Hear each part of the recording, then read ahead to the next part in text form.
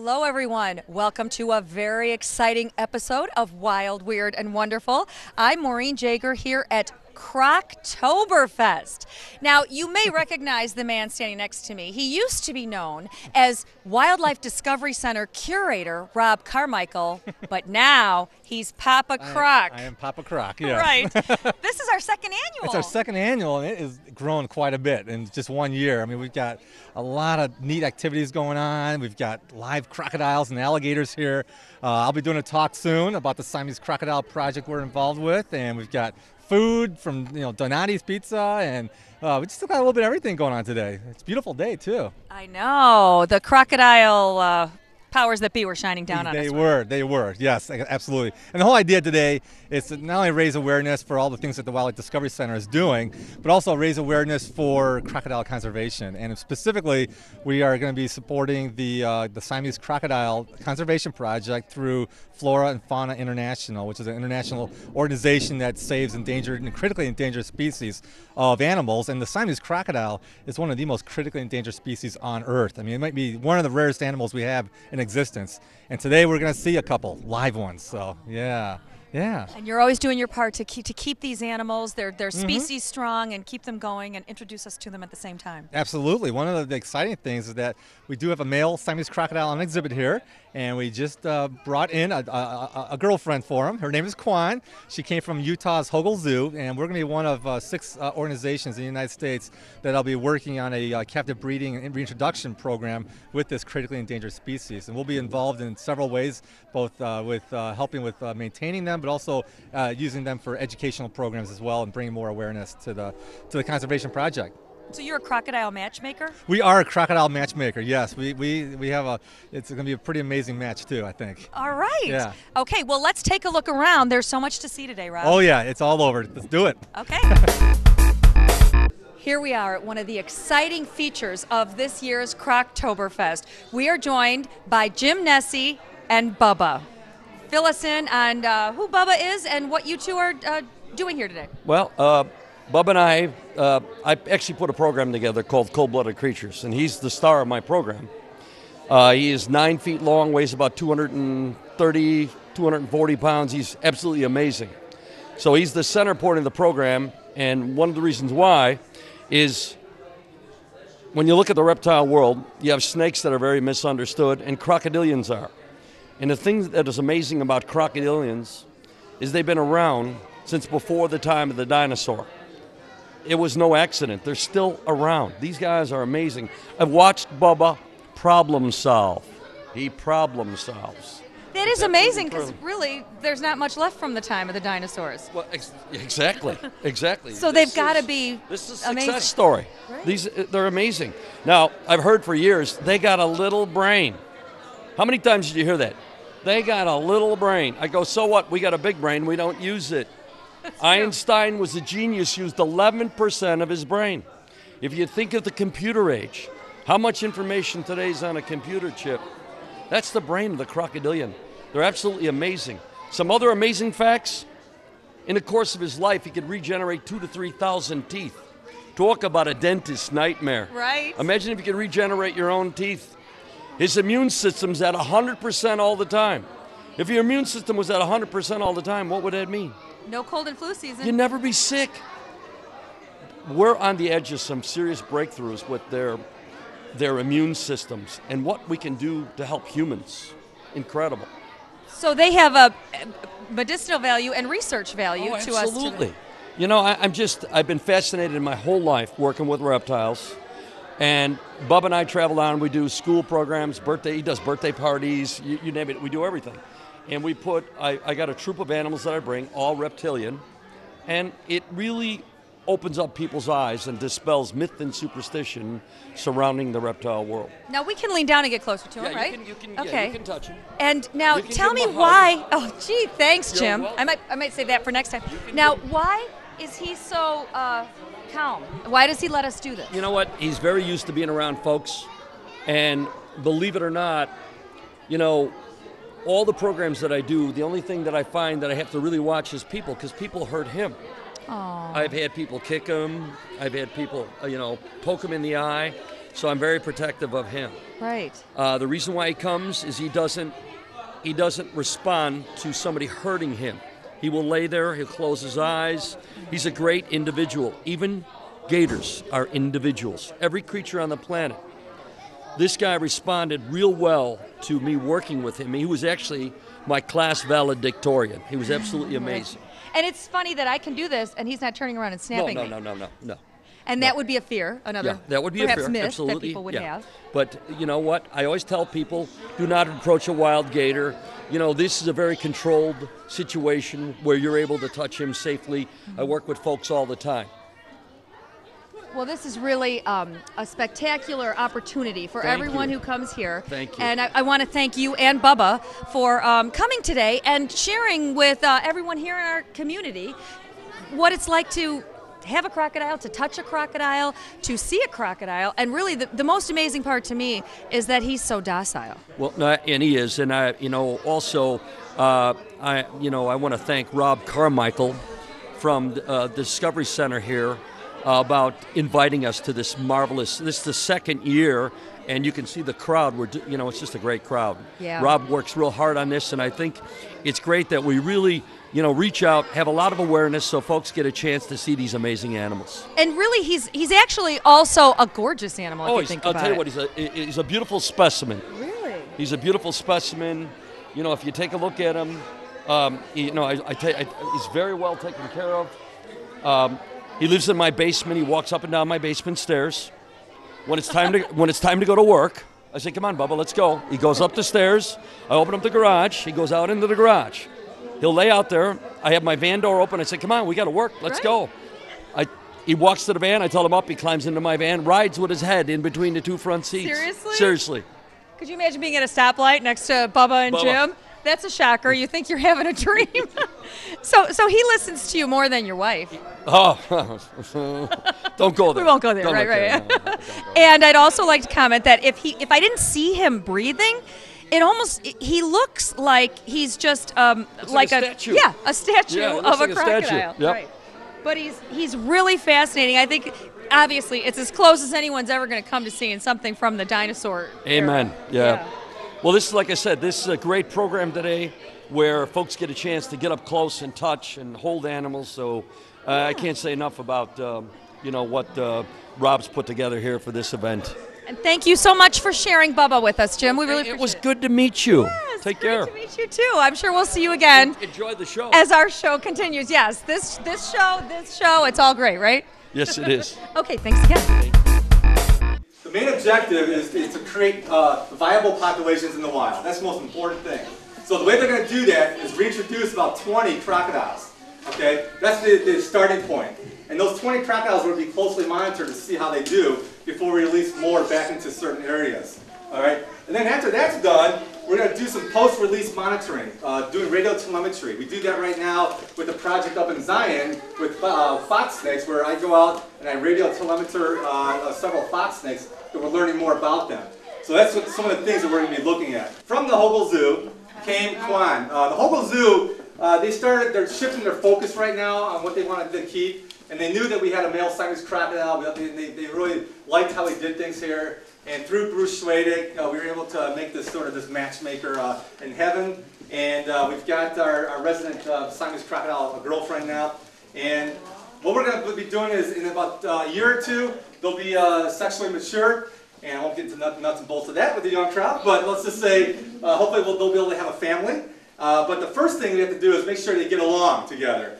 And so, because the crocodiles can be really territorial, they can be kind of aggressive, so if they don't hit it off right away, things can go down very quickly. So for the first few days, this doesn't sound really strange, but I'll have a sleeping bag in the exhibit hall. I'll be sleeping there all night long to make sure nothing bad happens. Because if it does, I got to be there right away to separate them, because things can go bad real fast. So we're hoping Kwan gets along. She's actually a pretty impressive crocodile as far as attitude. She's got a lot of attitude. And our male's a little on the shy side, so I hope they work out those differences. But before I unveil the crocodile, are there any questions? I know you had a question. A person shot and killed the crocodile. That's a great. The question was, how could a person shoot and kill the last Siamese crocodile in Vietnam, you know what? I don't have an answer. People are just kind of mean, you know, to animals. You know, in certain parts of the world where there's very little money, a crocodile like that would fetch a very large sum of money. And when people are just barely, barely surviving to feed their families, you can't really blame them. They're just trying to survive.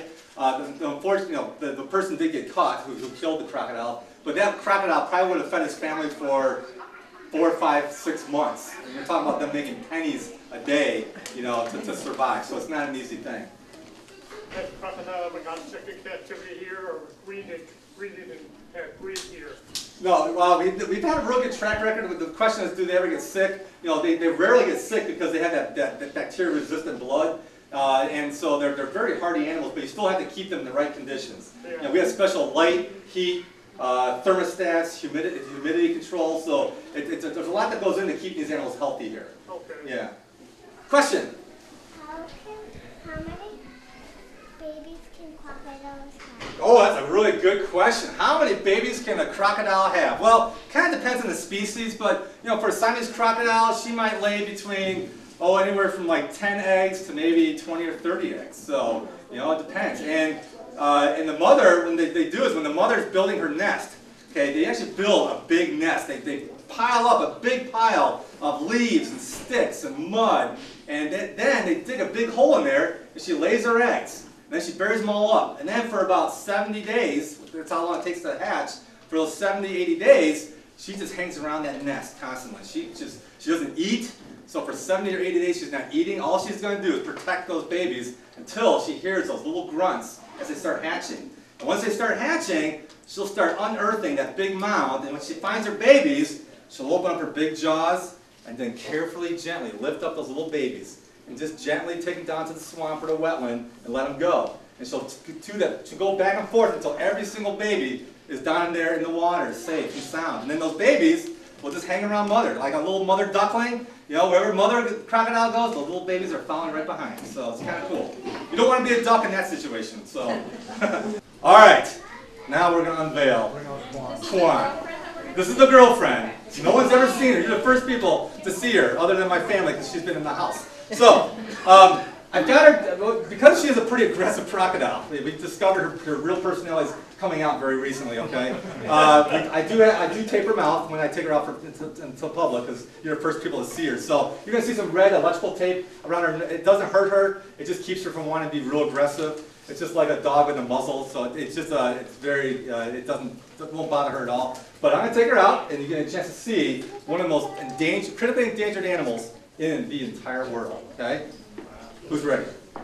All right. Ready?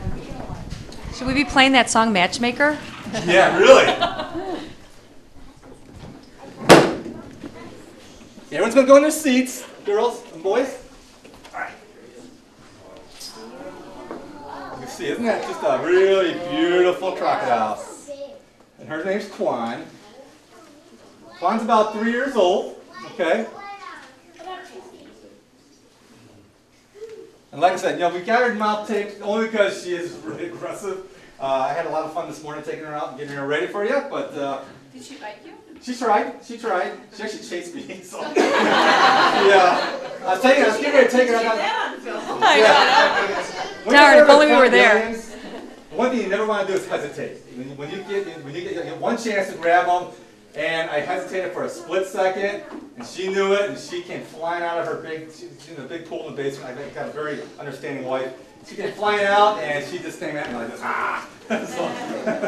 But once she settled down, then there's no problem. She's still kind of getting used to new surroundings and everything else, but she's doing really well. We discovered one of her favorite foods. She loves salmon.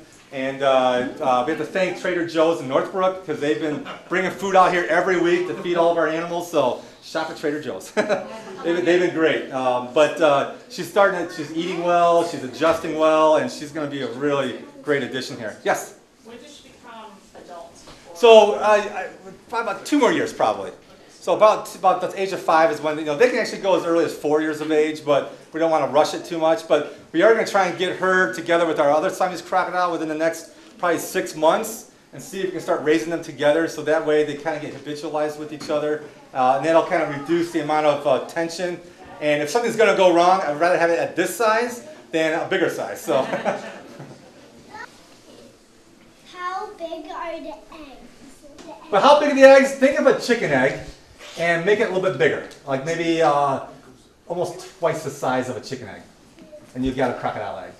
But the crocodile egg is much different than chicken egg, because you know how chicken eggs are really hard and they can break easily? A crocodile egg is really leathery.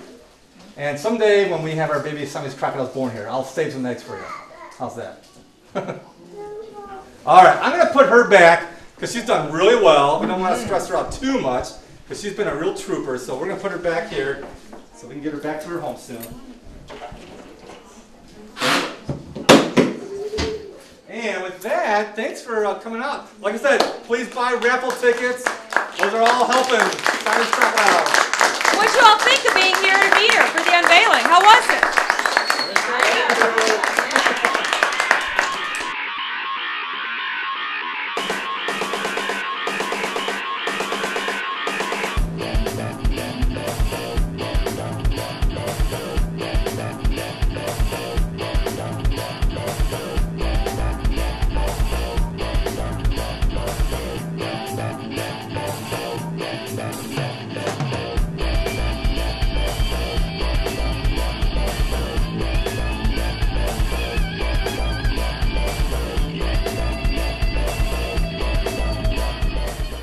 Now we're joining up with Dan from the Chicago Herpotological Society, and this is your friend Sobek.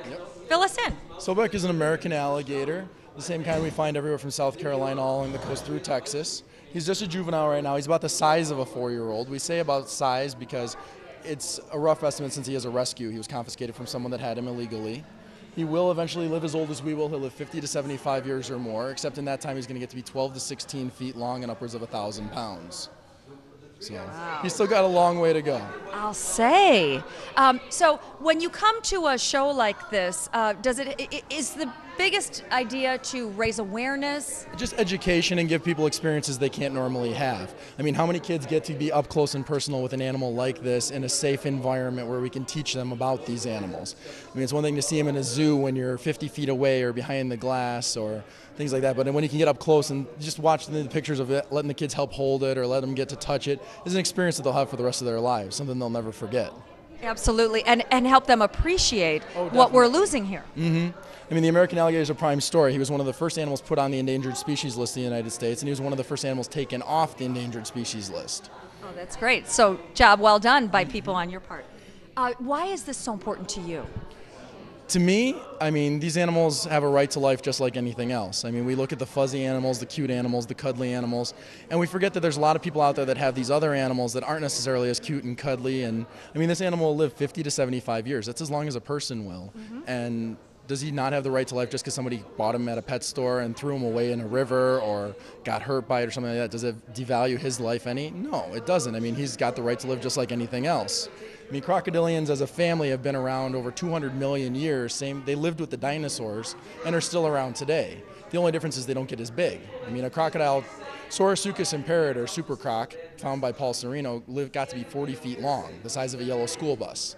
Our biggest crocodiles today are the saltwater crocodiles, around 20 to 23 feet, because they don't have the things to eat anymore. They're not eating dinosaurs anymore, but they've been around, they lived with those things, and they're still here. That's amazing. Mm-hmm. That's the closest thing that any of these kids are going to see to a dinosaur. That's right. I mean, they come off the same common evolutionary ancestors as the dinosaurs, so they're bypassing most of the other reptile tree because they come directly from. Right.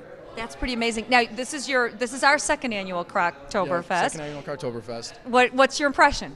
Oh, I love it. It's a great show. It's nice to have a focus on the crocodilians to get people to appreciate them and see they're neat. They're fun things. As you said, they're living dinosaurs. They're something you don't get to see every day. And it's nice to be able to bring out the different species so you can see the different things that are going on and get close to some of the animals. Like we have in the quarter rounds over there, we have the 5 different species that you can get within a foot of and not worry about danger situation or anything like that. Because you can get up close and personal. You can count the scales on them if you want to. That is amazing. Thank you, Dan, for sharing with us today. We'll see you next year, right? Of course, of course. Thank you. We are joined now by Bob with the Chicago Herpotological Society. And Bob's friend here is unnamed. And there's an interesting reason why you're not naming him. Well, one of the things is a lot of these animals that people buy as pets are all tiny little things. They're about 9 inches long. They're adorable. They're cute. And then they get to about this size, which is about 30 inches long, and they finally turn on their owners. Instead of becoming a cute little prey animal, which everybody hunts, as they get bigger, this size, they become the equivalent of a 15-year-old teenage boy. I'm big better than you, Dad. I could do as I please. Well, remember, he was a cute little thing, and then suddenly he's powerful enough to take care of you. I mean, when they get, they could, even at this size, he's got a serious set of teeth in there. And you want to open them for me? Yeah. Oh my As you can see, he does have a nasty set of teeth. Right. And if you were to stick your finger in there, he's capable of taking your finger clean off. Oh my even goodness. at this size. Right. So this is why the state of Illinois considers them illegal animals, because they are both endangered species and dangerous. Right. Now, but the important thing is, do not, if you do happen to have one, some people have rescued them, sometimes they bought them mistakenly, thinking they were cute pets. You can turn them into almost any animal control services. You can bring it, give the attention to a fire department, and they know who to contact. That's great. You can call Animal Welfare League, Anti-Cruelty Society. Any of the major animal places will know what to do with them. If you turn the animal in, there is no fine, there is no penalties. It's a matter of getting it off the street. Right. If you get caught with one, it's a $2,800 fine in the state of Illinois. Okay. So you really don't want to get caught. So you want to do is give it up freely. Right. You know. And you pay no consequences at all. You Right. just- If you give it up and say, hey, I found this, I don't know, my son bought this, whatever, you can remember excuse in the book is you turn it in yourself, you get a pass per se. Right. But if someone says, oh, hey, come see my neighbor's alligator, next thing you know, what the mailman hears, he tells a police officer, conservation officer, you're in all of a sudden you got an army of policemen on your doorstep. Right. Because they don't want people getting hurt. Right. And these things continue to grow their entire life. As you've seen Bubba over here. Yes. And we Bubba have. is a phenomenal animal. He's 1 in a million to be that calm and friendly. Right. Even this one here is trying to get away from me right now. You notice I always have a grip on his neck. If they're wild animals like you see on television all the time, they will kill people. They look at human beings as food. They've been around for 300 million years. There's a reason why they've been around that long. The dinosaurs came and left, and they're still here. Right. Man came around 3.5 million years ago, and we just got on a diet. We become part of their food chain. We've been eating them and killed them so much that they became endangered, and that's what this fundraiser is about right now. Is we're trying to save some money for the Siamese crocodile, which is one of the rarest ones out there. The alligator's made a great comeback due to the resources of North America. This went from 200,000 animals in 1967 to over 2.5 million right now today. So this is our great comeback in the history of crocodilians. We hope to do the same with the other ones. Oh, that's a great accomplishment. Yeah. So what do you think about Croctoberfest? It's our second annual. Yeah, so I think it's a great little event here. I think the Wildlife Discovery Center is a great tribute to the entire community. What they do here is look at the kids here. You see pictures of them. You see what they're doing. They're all having a good time. They're learning something. They're finding out that they don't have to be scared of specific animals. People get scared of a snake because you're scared of a snake. Little kids walk up to the gator and says, "Can I touch it?" Sure, and they touch it. A parent comes up and says, "I ain't going to touch that." The parent is the scaredy cat. This parent is the one who goes, "Ooh, I'm scared." The kids are all happy. They're excited. Well, if we can train a few of them, we don't know when this might be the next Steve Irwin. Right. Every one of these kids may be a good point. They might be the next one to save the saltwater crocodile or save the Siamese croc. My generation saved the American alligator. It's their generation to save the rest of them. So sounds like a good plan. We hope. Let's work on it. Thank you for joining us today. Thank you.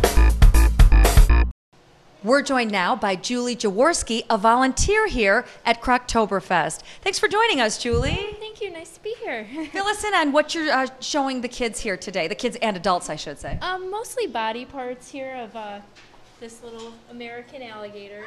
He's a little guy, very mellow today, so he's doing pretty great.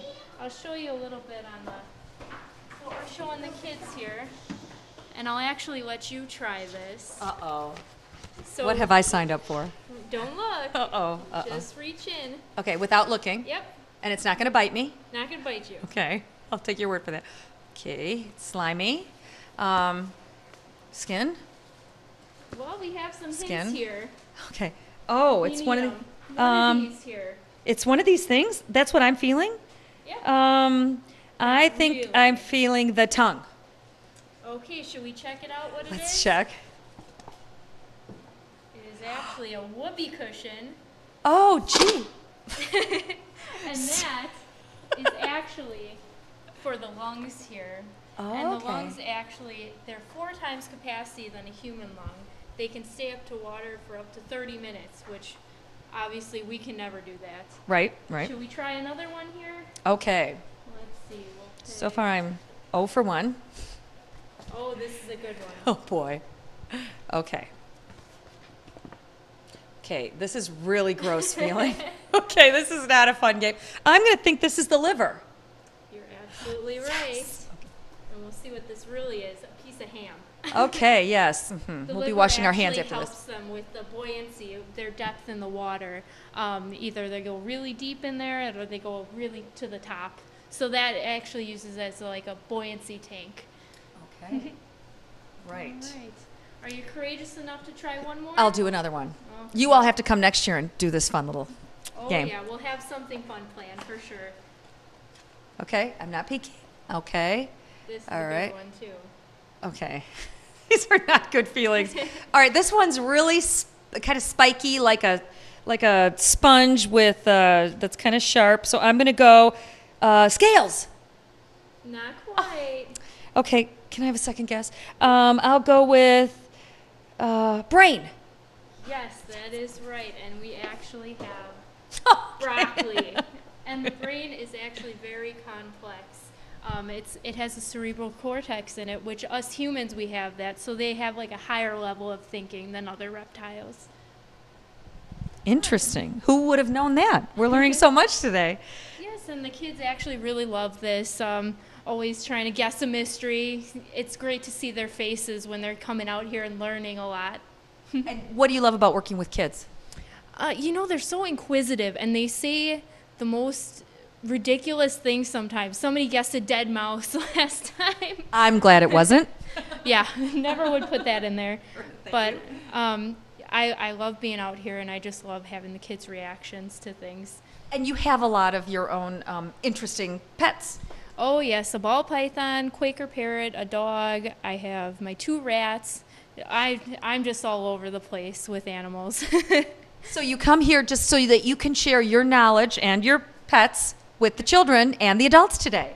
Yes, and even the adults, they were actually playing with this too a little bit. They had to kind of encourage the kids sometimes because they don't know what's in there, so they're kind of worried. Right. And you're doing presentations throughout the day to fill us all in on some education about these fabulous crocs. Yep, and I feel like it's a fun way to learn. It is a great way. Thank you so much, Julie. Do you travel around the whole area doing this region? Yes, I am from Milwaukee, but I do go to Illinois back and forth. So I do some other volunteering. I'm actually going to be thinking about doing some other work with my ball python. So you might actually see me walking in the neighborhood in Milwaukee with them when it gets a little warmer out. Okay, we'll be looking forward to that. Thank you so much for sharing your time with us today. Thanks for having me. And for helping to make Croctoberfest so special. Oh, thank you so much. It is impossible to run out of fun things to do at this year's Croctoberfest. This is where the scavenger hunt is taking place. What's your name? My name is Ashton Hartman. With me I have an Australian blue-tongued skink. Its name is Stumpy, but if you look at it very closely, you can see that its tongue is blue. It reminds me of when you have a raspberry dum-dum. All right. It's like the same color that our tongue turns. And the holes on the side of its head are its ears. Okay. Why are they holes, do you know? I think it's just part of how evolution works. Right. Yeah. Interesting. Yeah. Yeah. Different. And he's full grown, right? I believe so, yes. Yeah. His tail's really weird. It's kind of fat, but then it narrows out at the end. Fascinating. But What kinds of reactions are you getting from the children? A lot of them don't want to touch it because they think that he's slimy. However, he's not slimy. Neither is it scaly like a snake. So it's kind of like this weird in-between dry yet textured feeling. But obviously we can touch him, right? Because he's sitting on your shoulder. Yeah, he loves sitting on my I've actually been holding him all day. he'll curl up like around my neck and like lay in my hair and stuff. So. Wow. Here, let's see. Yeah. Oh, yeah. Not slimy. Not slimy. Not slimy at all. No, no. That is surprising. Because he looks. Wait, does he have a name? I forgot. Did you Stumpy. Stumpy. That's right. Because his legs are stumpy. Right. Good name. That's a very appropriate name. Yes. So the scavenger hunt. When the kids do this, do they go around the Wildlife Discovery Center finding neat things? Yeah. Actually, the scavenger hunt itself has various sections, and it makes them explore the whole area. So they get to go see the exhibits in there, as well as Rob's office has some really interesting animals in there, and then they go see like the bobcat, Boris, and stuff like that. Oh, neat. And you're getting a good turnout for the scavenger hunt? Yes, and they're really enjoying it, and they really enjoy having the ring toss at the end as well.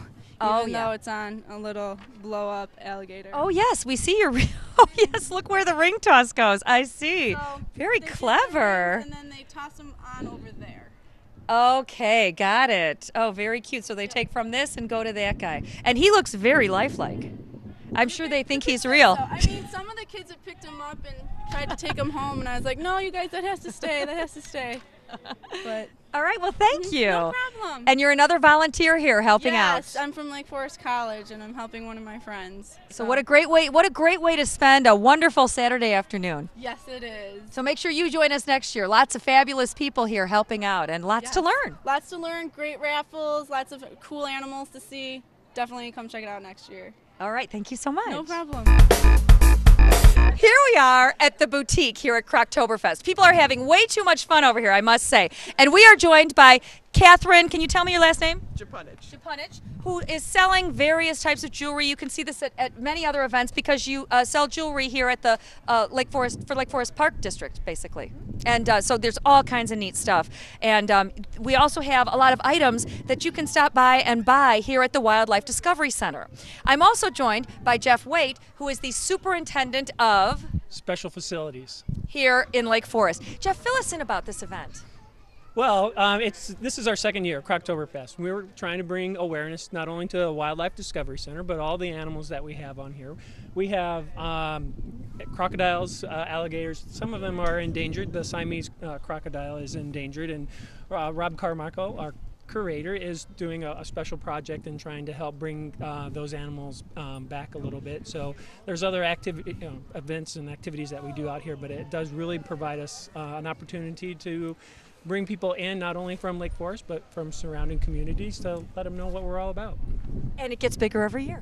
It surely does. Yes, it does. All right. Thank you, Jeff, for joining us today. You're welcome. Thank you. And good continued luck with this fabulous event.